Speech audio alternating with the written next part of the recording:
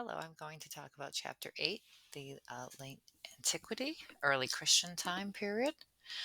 When I last lectured, I left off on the Colosseum, I'm sorry, the Pantheon, and that's where your midterm left off as well. So we're going to go back and revisit some important facts about what's going on and some artwork that was happening, and namely about Constantine, who is the end of the Roman chapter, but really he is also the beginning of the early Christian chapter. So we're still here around the Mediterranean and the Roman Empire. And the Roman Empire has had a lot of upheaval with a new emperor every 3, 4, 5 years, which seems like a lot. And there is a lot of corruption. So Diocletian decides that he's going to have four emperors and split the power between four people called tetrarchs and divide the empire between the east and the west. So this is a sculpture here of the four tetrarchs. And this is a Roman sculpture, and you can hopefully see that the proportions seem to not be Greek classical in the sculpture. Some of the arms are very long. The torso seemed too big for the legs. It's almost as if cut them in half, that's the wrong legs for the wrong body. We still have a veristic approach. You can see the wrinkles, but they're very abstract, these figures. They don't seem to be real figures moving in real space. And that's an important thing because this is going to be the new style. So Constantine is the son of one of these tetrarchs, and he takes power when his father dies, and a civil war breaks out because you are not supposed to pass on your power. The whole idea that Diocletian had was to keep people from being too powerful, and so this goes against the rules of the Tetrarchy. So a civil war breaks out, and eventually Constantine is indeed the reigning emperor. Other things about him: his mother was a Christian, and it is said that on Constantine's deathbed, he also converted to Christianity, or he got baptized. But what he did do during his lifetime is make Christianity legal. He did not make it the state religion. As a matter of fact, he made Judaism and being a Muslim legal as well.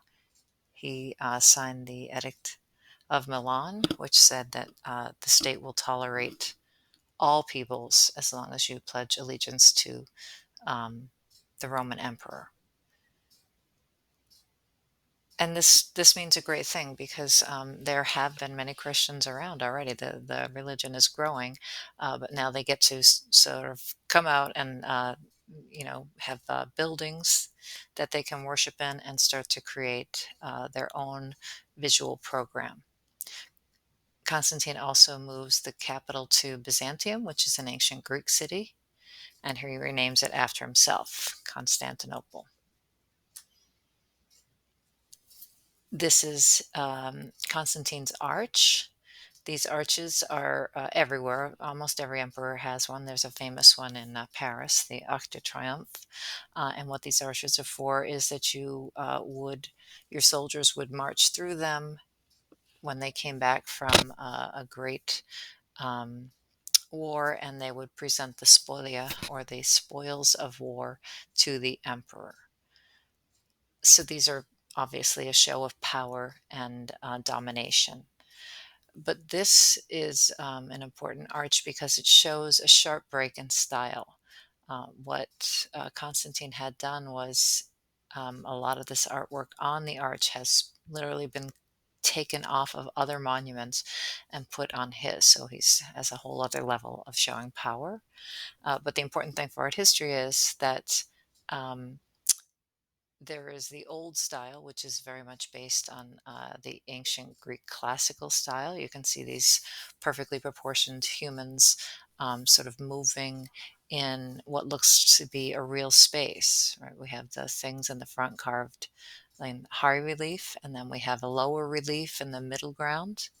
sort of where that floating figure is. And then you have really light carving in the back to create a great deal of space. So we've studied this history already of the moving sculpture and this idea of showing sculpture as literally moving in real space. But this is a piece that is contemporary with Constantine. This isn't something he had taken, this is something he had crafted. And this is Constantine distributing largesse. And largesse is gifts and money to your people. So he's shown as a a great, benevolent, caring leader, even though his torso and head are now missing. But you can see the difference in proportions here. We have this sort of odd mishmash of sizes of things. We see the arms are way too long, the heads seem to be big for the torsos, and the legs are way too short for the whole thing. In fact, the people on the top are a lot bigger than the people on the bottom in scale, possibly hierarchical scale. You can see the people on top are sort of helping um, Constantine, and the people on bottom are the people getting the gifts.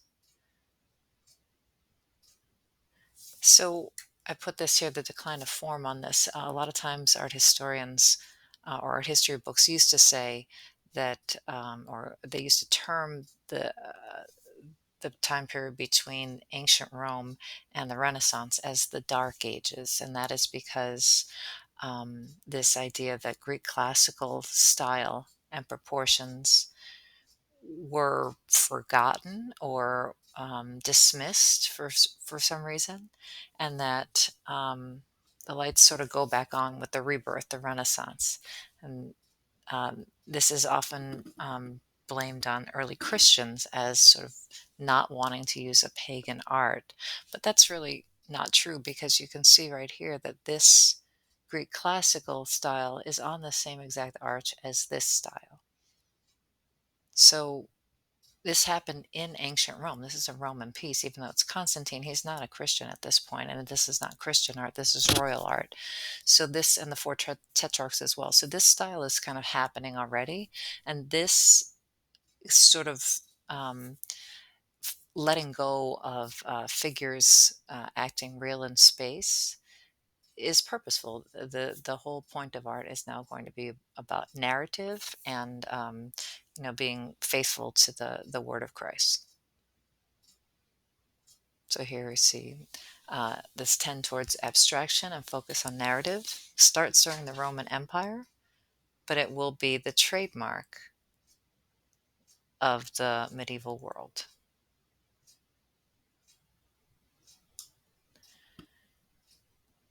This is also built under Constantine. It was begun under Maxentius, but then finished with Constantine.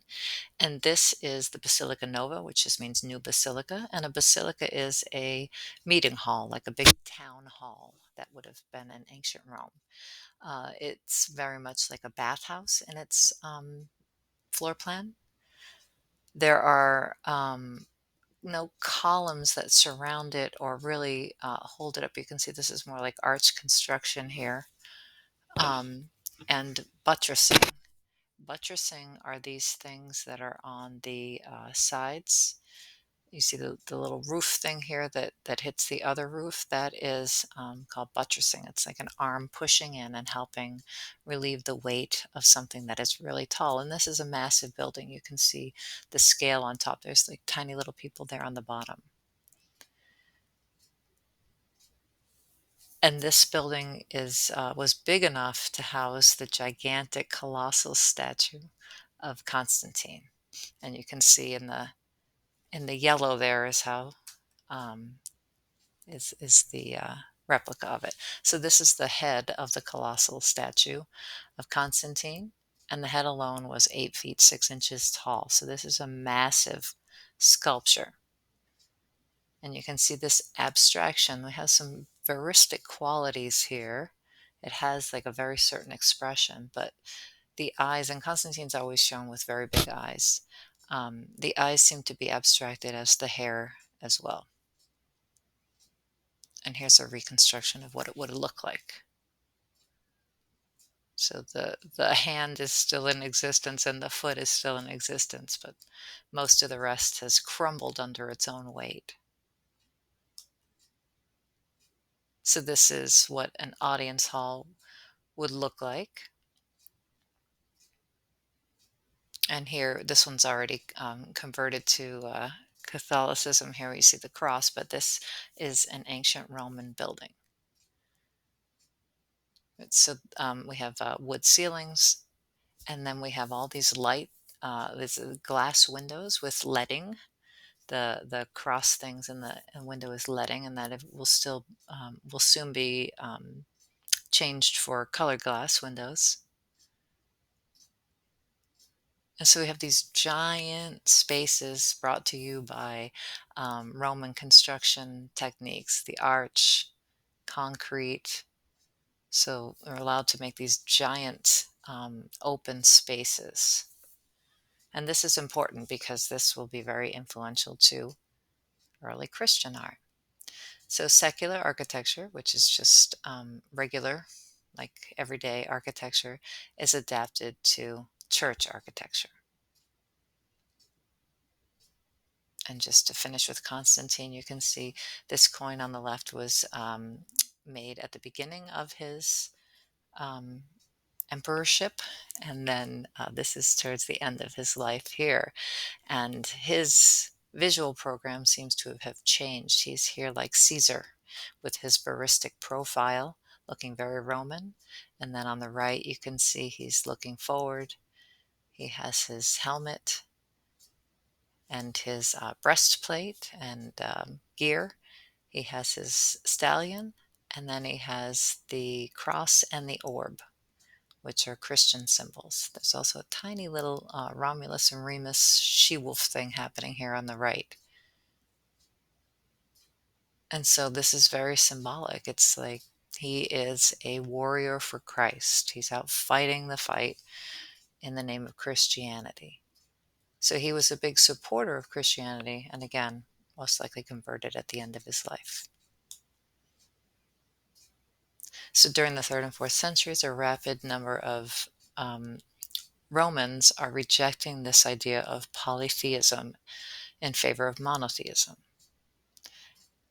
And this might be Christian, it might be Jewish, or it might be Muslim. Those religions all seem to be growing at the same time.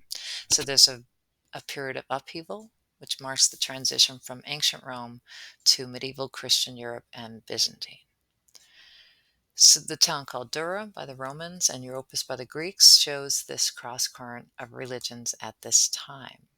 So in the very same town, we see the synagogues. I did say the Edict of Milan that Constantine signs allows Christians, Jews, and Muslims now to legally celebrate their religions in public.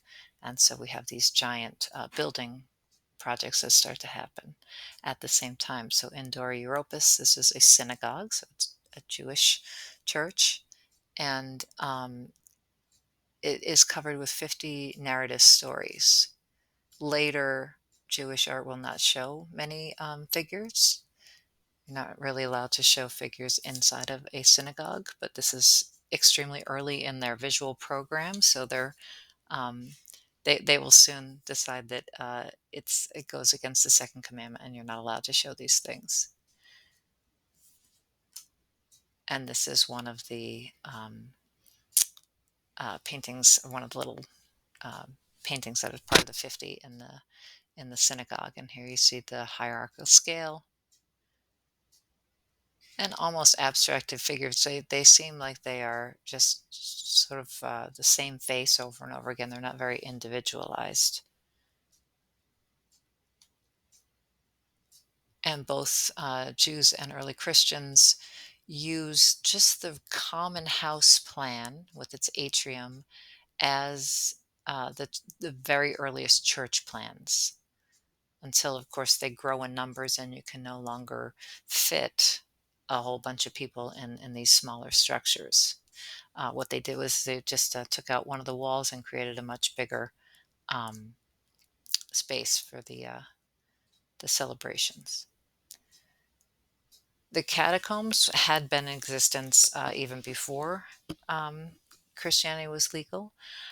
It's a bit of a misnomer that that is where they secretly had to go and meet and bury their dead. Uh, Catacombs were for everybody.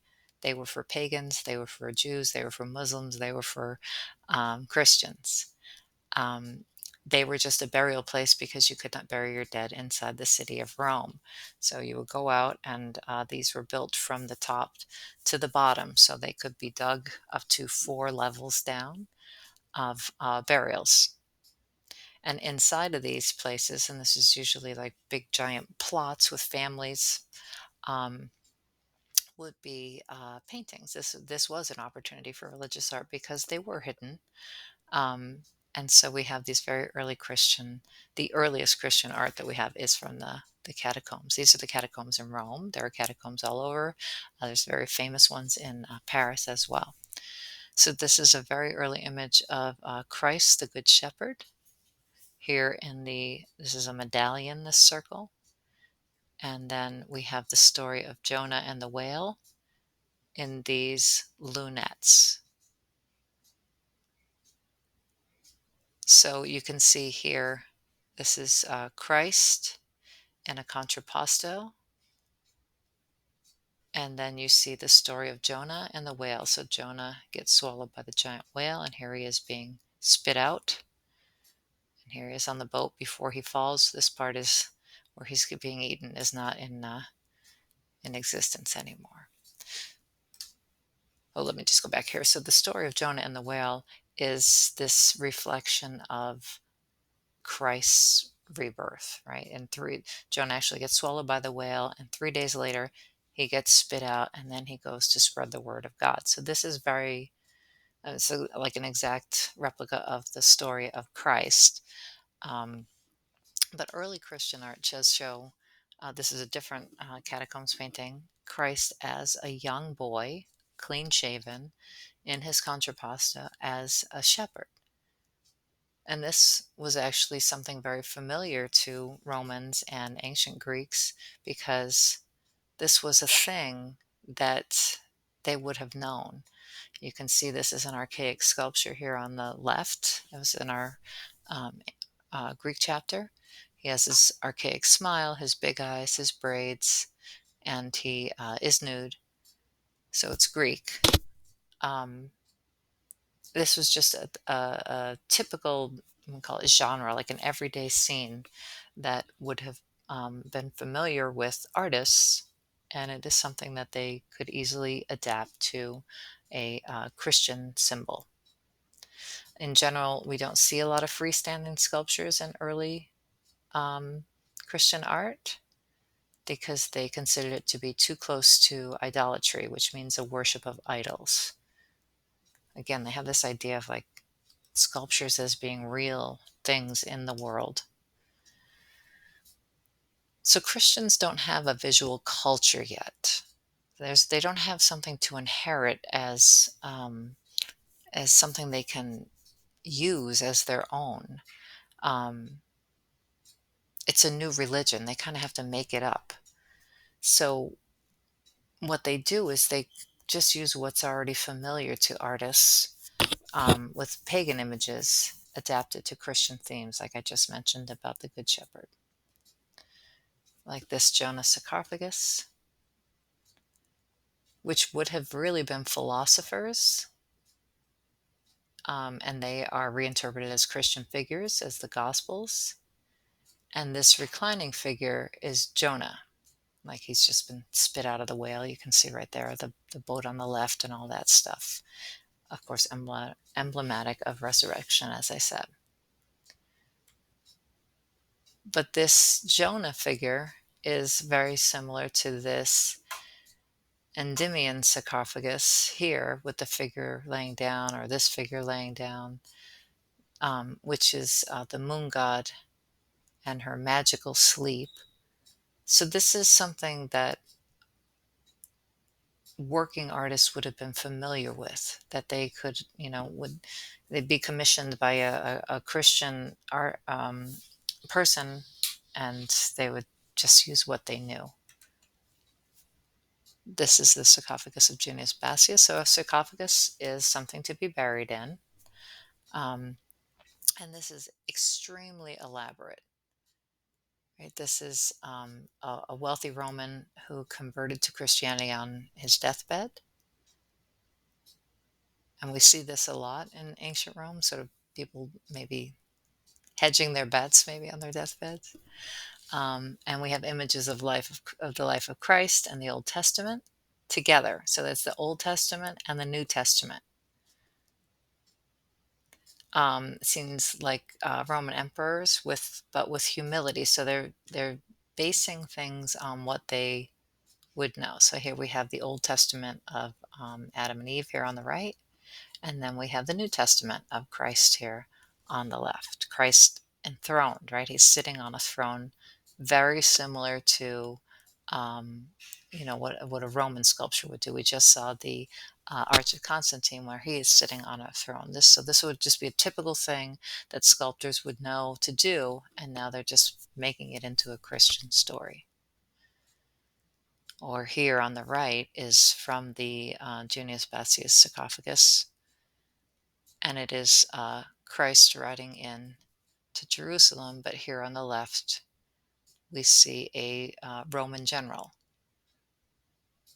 riding into town. So taking what you know and using it for your religion. So Constantine does make Christianity legal. He doesn't make it the official religion. He makes it an official religion.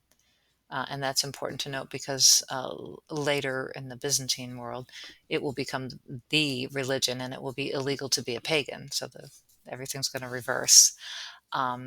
And so now Christians can come out and worship, and this creates a dilemma. What should a church look like? What should our visual program be?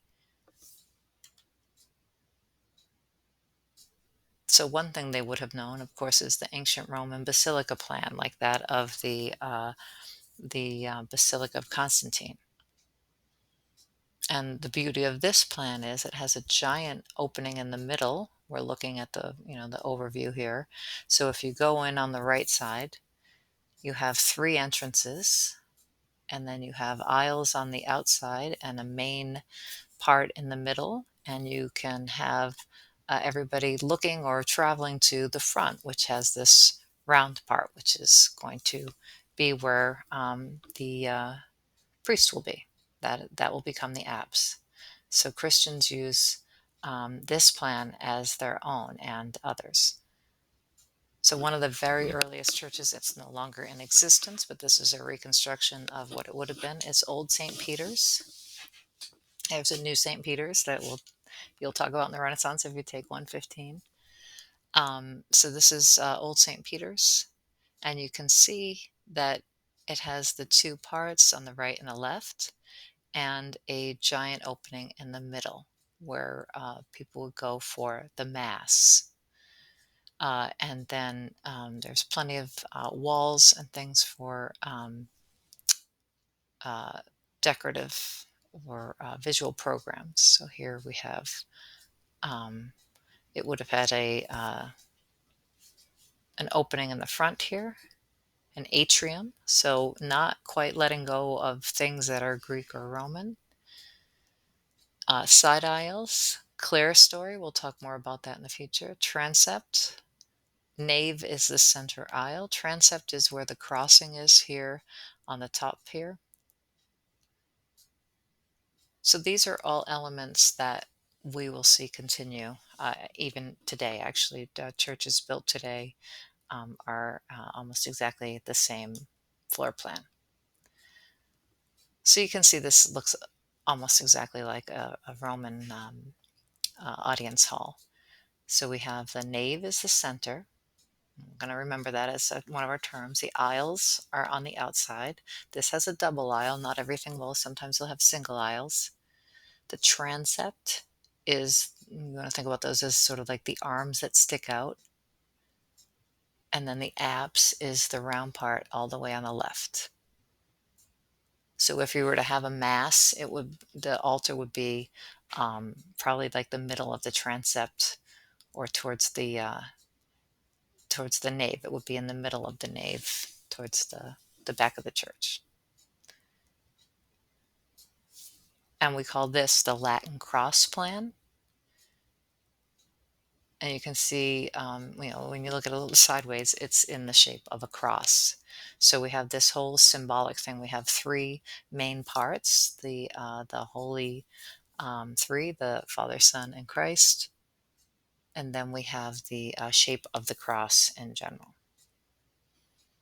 The other plan that is popular in Byzantine art, but will go away in the near future, is this central plan, which is more like the Pantheon.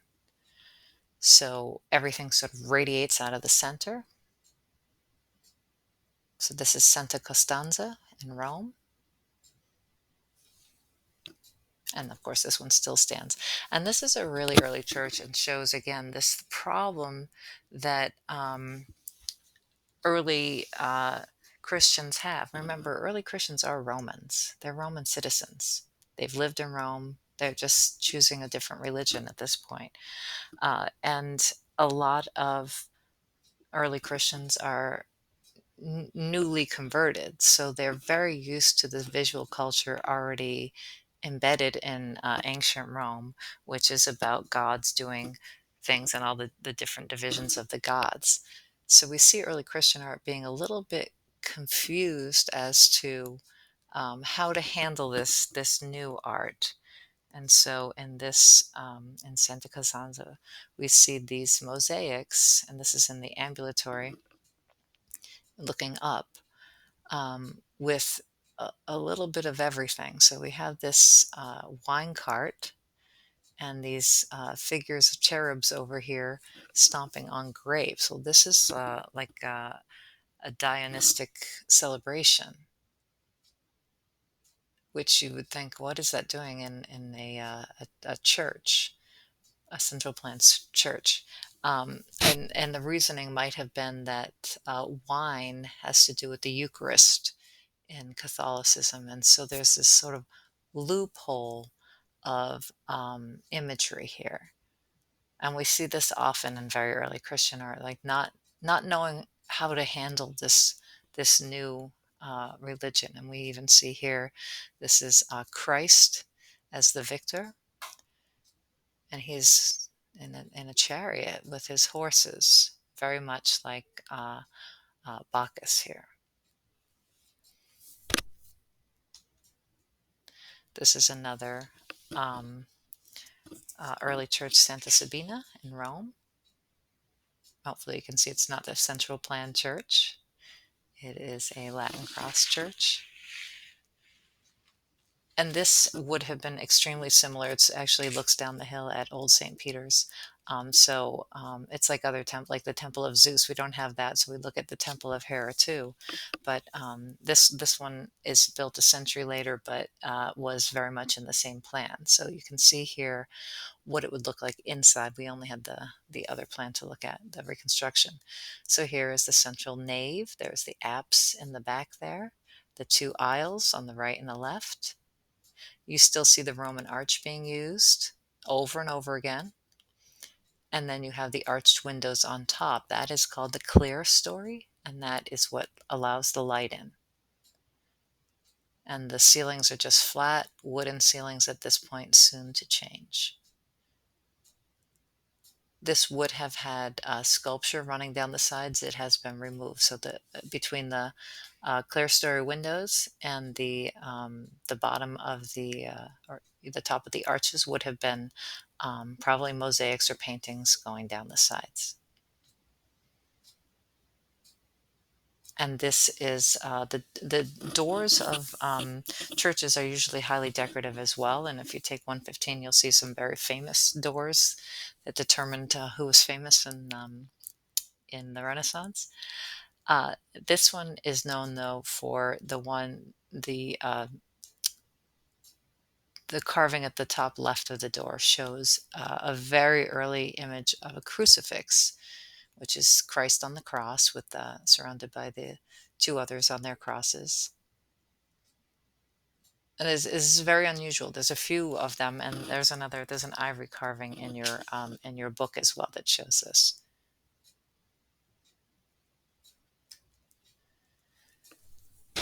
So over to Ravenna. So the spread of Christianity quickens.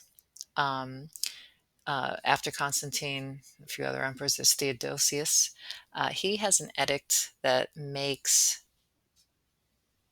Christianity the official Roman religion and bans the worship of all Roman gods and ends the Olympics for a time. So in the West, the Emperor Honorius um, moves his capital to Ravenna because of threats from the north. The northern people, the Visigoths and other people who will soon become Vikings, are continuously threatening to take over. So Ravenna is in a very good location. It's an ancient um, Roman port, which just happens to sort of have like uh, it's on the water, so it's really hard to get to. So it's very safe place for him to move. But later on, Ravenna will fall to the Emperor Justinian, who will be the main figure in the next chapter. But let's look at what Ravenna looks like now. This is the mausoleum at Galla Placidia. So Honorius's half sister um, starts to rule because her son is the next in line after him, and he is too young to take power. So she becomes a very powerful woman at this time. And she is a Christian indeed, and she has many building projects. This is called her, I should say, this is called her mausoleum, but in fact, she is buried in Rome, so it might have just been her church. And this is the whole thing is almost all painted or has mosaics, and mosaic is tiny pieces of um, in this case cut glass, which is called tesserae. So these tiny little painted or colored glass pieces painstakingly placed next to each other to create visual images. And this is incredibly hard to do, to figure it out what goes where. So you can see there's the heaven and the stars above. And then it has these lunettes. A lunette is this half circle shape, probably over the apse or a doorway. And you can see these beautiful stars. So this is the lunette. This is Christ as the Good Shepherd. Another, Christ is the Good Shepherd. Of course, um, Christ is the shepherd leading the rest of his followers to salvation, right? That is his job on earth. But you can see he is no longer the young boy. He is sitting enthroned, and he is wearing the robes of royalty. He's wearing purple, which is usually reserved for the reigning king or queen or emperor. So he has his halo and his cross, and he looks pretty humble, but he is dressed as an enthroned um, king. And this is important to note because this image of Christ does shift as Christianity becomes much stronger and bigger. Of course, it's very strong now. It's the only game in town legally now. Um, you see the image of Christ also become a little bit more powerful as well. But still this abstraction, if you look at these sheep, like they just literally have like geometric shapes right on them, like triangles. But again, this is mosaic, and it's incredibly hard to do shading with mosaic. And another church at Ravenna is San Apollinaire Nuovo, so the new Saint Apollinaire. And this again has the three aisles, or the two aisles in the nave. and the flat ceiling. So that's how you're going to know it is early Christian. This is going to change very quickly in the Romanesque period. We have the clear story, and this one does have all the artwork, all the mosaics marching down towards the altar there that's in the apse. Also, students often ask, well, where's all the pews or the chairs? And that people had to stand up or kneel down. There were no chairs back then. And this is a mosaic from Saint Apollinaire. This is the Miracle of Loaves and Fishes. And you can see here, Christ is very similar to a royal figure in the way he's depicted here. He looks forward. He has his arms outstretched. He is making, the story of loaves and fishes, where he multiplies and feeds the masses with just a few things. So he's the savior. He's now giving the largesse here, and his halo looks very much more crown-like. And these two make a good comparison. This is a later church here on the right, and the Good Shepherd's a little bit earlier. So you can see from the very young early shepherd to this Good Shepherd to the loaves that Christ is getting a little bit of a power facelift here. All right, that's it for this chapter. I will pick up with, I'll stay in Ravenna and go to the Byzantine part.